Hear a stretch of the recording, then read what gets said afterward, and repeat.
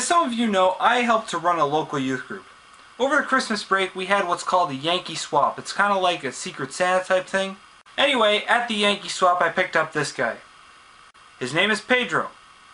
Pedro the fish. Crazy thing is, he's also a really big hockey fan. Check this out. Hey Pedro, what'd you think of the World Juniors?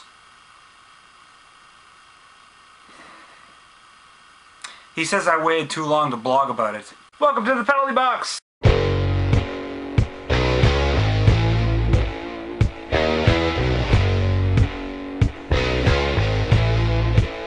Woo!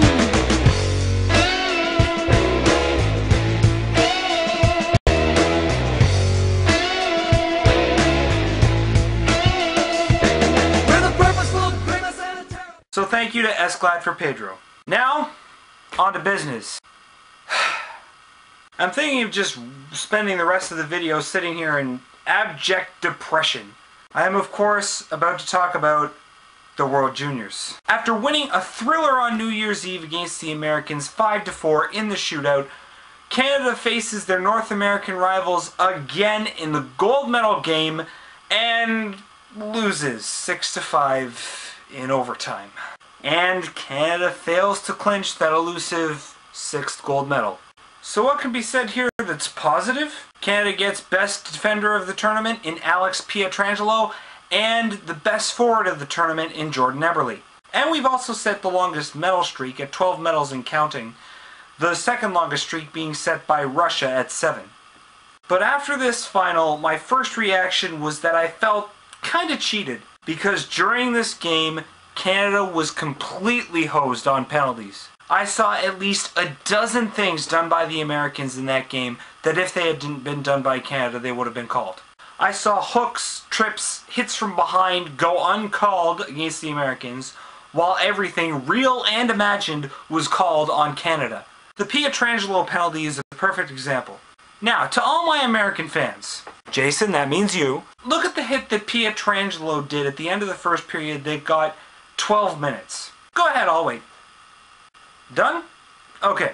Now, can you honestly tell me that that hit deserved 12 minutes? 2 maybe, but 12? While not 5 minutes earlier, I saw an American player hit a Canadian behind the American net face first into the boards. That wasn't called.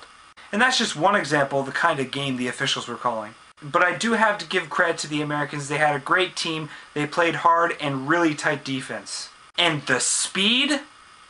Wow. I mean, on the game-winning play when Canada was caught up ice while the United States broke out, there were a lot of those that our goalie had to bail us out on. Our luck just ran out.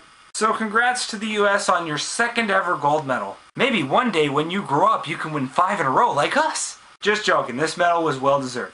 On to the Leafs. I had a whole rant prepared a couple of weeks ago on what the Leafs needed to do to make the playoffs. But that rant's irrelevant now because with the Leafs playing middling to terrible, they've played themselves right out of playoff contention. We're once again 2nd to last in the East, 3rd to last in the league. And I'm sorry people, but the season is over.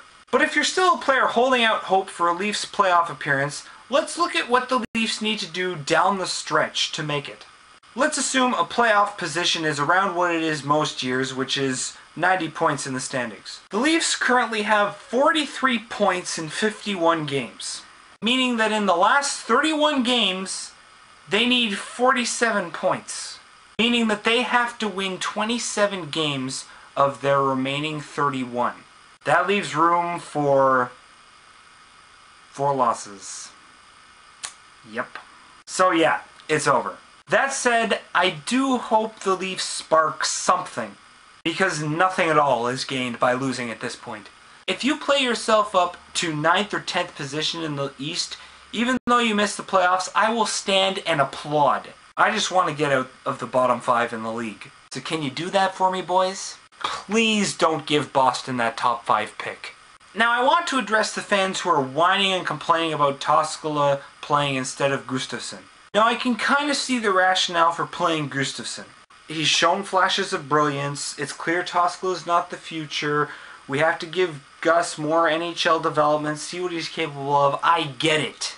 But the fact is, Gustafsson and net will not change the Leafs' fortunes. In fact, they'll probably get worse in the long run if we do that now. Because it's not the goalie that's the problem right now. It's not the goalie that's blowing these 3-goal leads. Yeah, Toskala can let in a couple of softies sometimes, but a goalie is only good as his defense allows him to be. And people seem to forget or make excuses early season examples, such as the 6-2 debacle against Washington, where Toskala let in 3 goals in the first period, got yanked, Gustafsson went in, let in 3 goals in the second period. Or the game against the Flames, where Gustafsson gave up 4 goals on 10 shots. My point is, it is important to give Gustafsson a couple of starts, but if we put him in net night after night behind the current Leafs team, his confidence will not just be shaken or broken, it'll be shattered. Then the Leafs will have another Andrew Raycroft and still no answers in net. So please, don't give me the whole ride Gustafsson down the stretch talk, because it's A, not gonna happen, B, wouldn't help us, and C, not gonna happen. On to something a bit more positive. Let's talk about Canada's Olympic hockey team, shall we? During the World Juniors, Team Canada GM Steve Yzerman revealed Canada's Olympic roster. And I gotta say, this roster was a bit of a surprise for me. Not because of who made it, but more because who didn't make it. So let's take a look, starting with defense. On the blue line for Team Canada, we have Dan Boyle, Drew Doughty, Duncan Keith, Scott Niedermayer, Chris Pronger, Brent Seabrook, and Shea Weber. Now there were 3 players I thought should have made it. Mike Green, Jay Bouwmeester, and Dion Phaneuf. But then we look at the rest of the defense core, and it's hard to say who these guys will replace because they're all very talented players. But if you put a gun to my head and force me to choose, I would probably swap out Drew Doughty, Shea Weber, and Brent Seabrook. Many of you may not agree with me, but I think Doughty may be a bit too young for this kind of competition. And as for Weber and Seabrook, they're just not as talented as Mike Green, Jay Bouwmeester, and Dion Phaneuf. One thing that does worry me about the defensive core is the lack of sandpaper. Lots of flash finesse and point getters, but I think it would benefit the team more to have a good balance of big, tough, bruising defensive defensemen. Anyway, let's move on to the forwards. Canada's forwards are Patrice Bergeron, Sidney Crosby, Ryan Getzlaf, Danny Heatley, Jerome McGinley, Patrick Marleau, Brendan Morrow, Rick Nash, Mike Richards, Corey Perry, Eric Stahl, Joe Thornton, and Jonathan Toews. This is an impressive lineup. One of the things I'm most pleased with is they're keeping together one of the most effective lines in the entire NHL together, the Marleau-Thornton-Heatley line. Because as much as I dislike Heatley, that line has mad chemistry and can do some major damage. The biggest surprise among the forwards for me has to be Patrice Bergeron.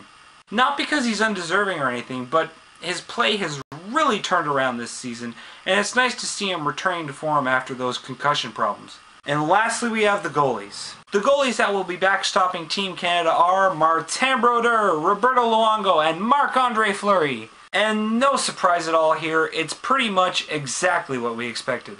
Martin Brodeur is the greatest goalie of all time in the NHL, being the all-time leader in shutouts and wins. Roberto Luongo is an elite goalie who is very capable of stealing games, and Marc-Andre Fleury showed us what he was capable of in last year's playoffs.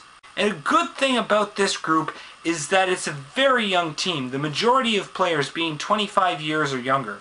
It also only has 7 players remaining from the squad that finished an abysmal 7th place in the Turin Olympics, and for that, I applaud Steve Yzerman.